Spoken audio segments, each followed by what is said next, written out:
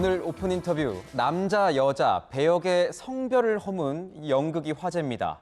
8년 만에 연극 무대로 돌아왔습니다.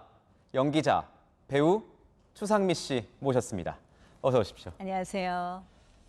오펀스라는 연극으로 돌아오셨는데 어떤 작품인가요? 오펀스라는 작품은 1980년대 작품이고요. 미국 브로드웨이 작품이고 라일 캐슬러라는 이제 원작자가 쓴 작품인데요. 브로드웨이에서는 알파치노가 이 역할을 했어요. 연기의 고장 네. 영광스러웠죠. 알파치노의 역할. 그 칼레로나트 내 작은 행복 내 작은 행복이야. 그렇지 않으면 네 목숨을 낸거리야.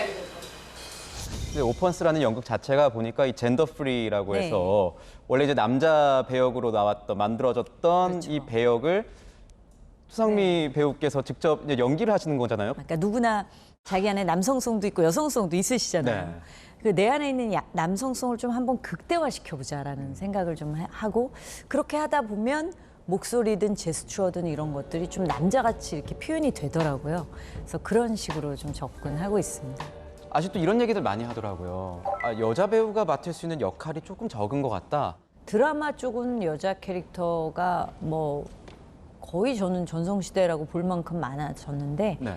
문제는 연극과 영화 쪽은 아직도 여전히 남자 배우들이 이제 주인공인 장르 영화가 줄을 이루고 있죠. 사실 세계적인 대세는 또 그렇지 않거든요. 네. 산업 구조적인 문제인가요? 그 여성 배역들이 없다는 건 그 티켓팅 파워 때문에 지금 그런 그 걸까요? 커머셜 때 뭐 상업적인 부분 때문이죠.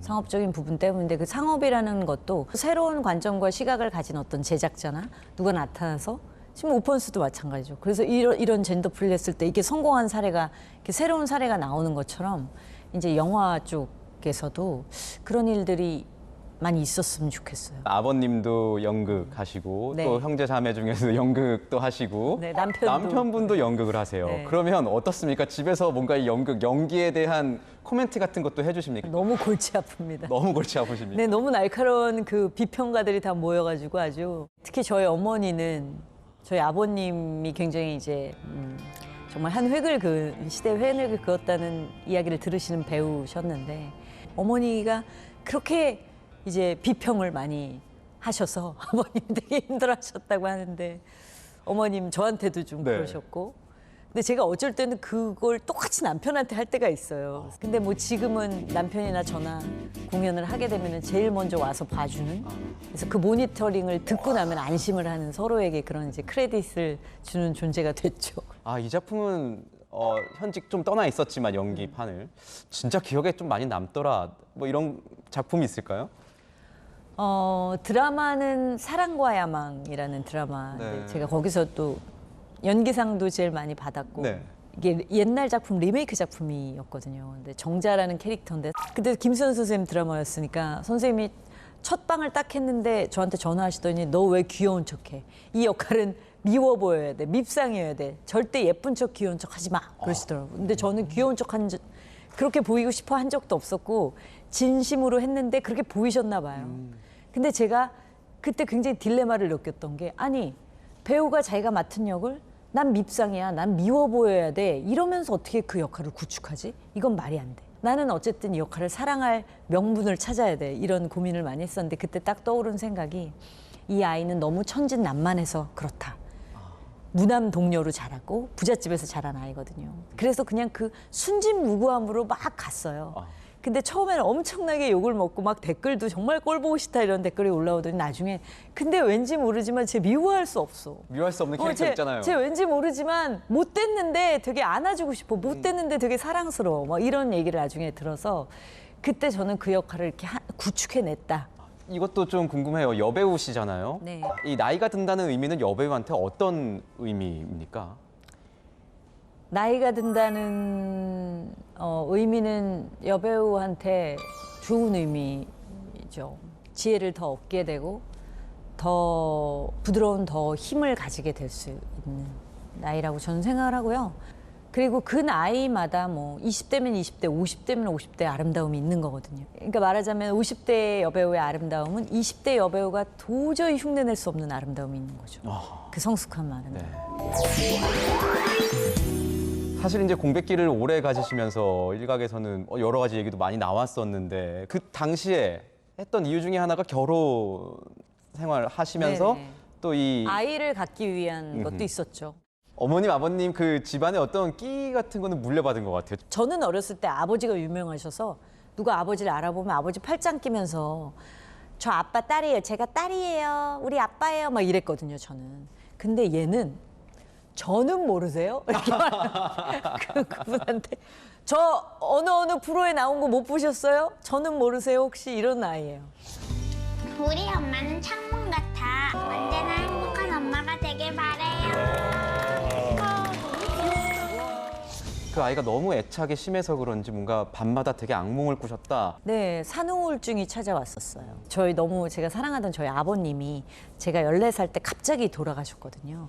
그거에 대한 뭔가 심리적인 게 있었지 않을까. 그래서 제가 그때 좀 병원을 찾아가 상담도 받았었는데 이제 이 아이도 너무 사랑하는 대상인데 아이를 잃어버릴지도 모른다라는. 그래서 아이가 뭐 잘못되는 꿈을 자꾸 꾸거나 이렇게 악몽으로 왔었고 그때 세월호 사건도 있었고 2014년도에 아이에 대한 사건 사고 뉴스를 제가 볼 수가 없는 거예요. 전부 우리 아이 같은 느낌. 내 얘기 같은. 네네네 막 그런 증상이었었는데 근데 우연히 친한 지인이 일하는 출판사에 갔다가 이 폴란드로 간 아이들이라는 그 역사의 실화의 소재를 만나게 된 건데 이 아이들은 그야말로 부모가 없는 아이들이었잖아요. 네. 그게 제 가슴에 정말 콱 와서 박힌 거죠. 그래서 이게 영화를 만들면서 사실은 다 회복이 됐어요. 1951년 1,500명의 북한 고아들이 폴란드로 보내졌다.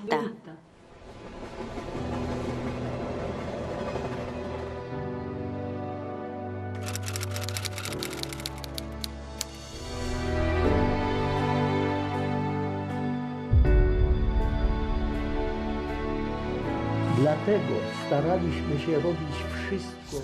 폴란드로 간 아이들은 이제 2차 대전의 전쟁을 정말 참혹한 유년 시절의 전쟁을 경험한 폴란드 선생님들이 한국 전쟁 고아를 이제 자기 유년 시절의 일부로 받아들여서 이들의 이제 엄마 아버지가 돼 주셨던 이야기잖아요.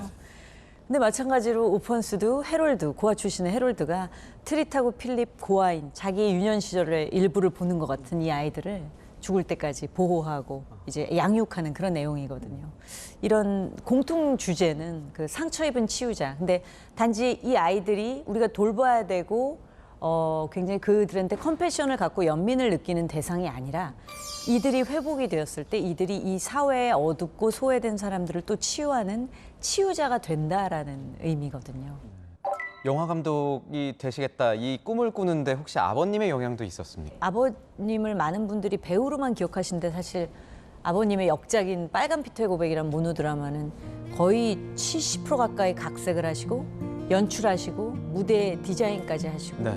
다 하신 거거든요. 어허. 저도 사실 그런 쪽에 아버지의 DNA가 좀 있는 것 같아요. 그 창작자로서 창작하는 게 재밌는 거예요. 뭔가를 만드는 게. 마지막 질문 드리겠습니다. 인생을 한 편의 연극이다라고 보실 때 이 연극의 제목 어떻게 짓고 싶으세요? 어려운 제목이긴 한데 사실 지금 드라마 집필하고 있는 드라마의 가 제목인데요. 제가 그냥 이 말이 좋아갖고 썼는데 플랜 B. 모두 다 플랜 A로만 가려고 하는 것 같아요. 사람들이. 그러니까 플랜 A를 정해놓고 플랜 B나 플랜 C는 염두에 두지 않죠. 저 같은 경우도 뭐 처음에 배우를 꿈꿨지만 이렇게 영화 감독도 되고 그러다가 글도 뭐 쓰게 되고 이러면서 그냥 여러 가지 아티스트로서의 여러 가지 일들을 이렇게 하는데 하다 보면 서로가 서로를 연결시켜주는 어떤 시너지들이 있고 네. 어떤 플랜 A에서 내가 실패했다라고 했을 때 그게 절망으로 받아들이지 않았으면 좋겠고 어쩌면 그 플랜 B를 위해서 내가 플랜 A가 실패했을 수도 있다. 특히 청년분들에게 되게 좀 제가 해드리고 싶은 말씀인 것 같습니다. 네. 지금까지 아티스트, 배우, 연기자, 감독 추상미 씨 오픈 인터뷰였습니다. 감사합니다. 감사합니다.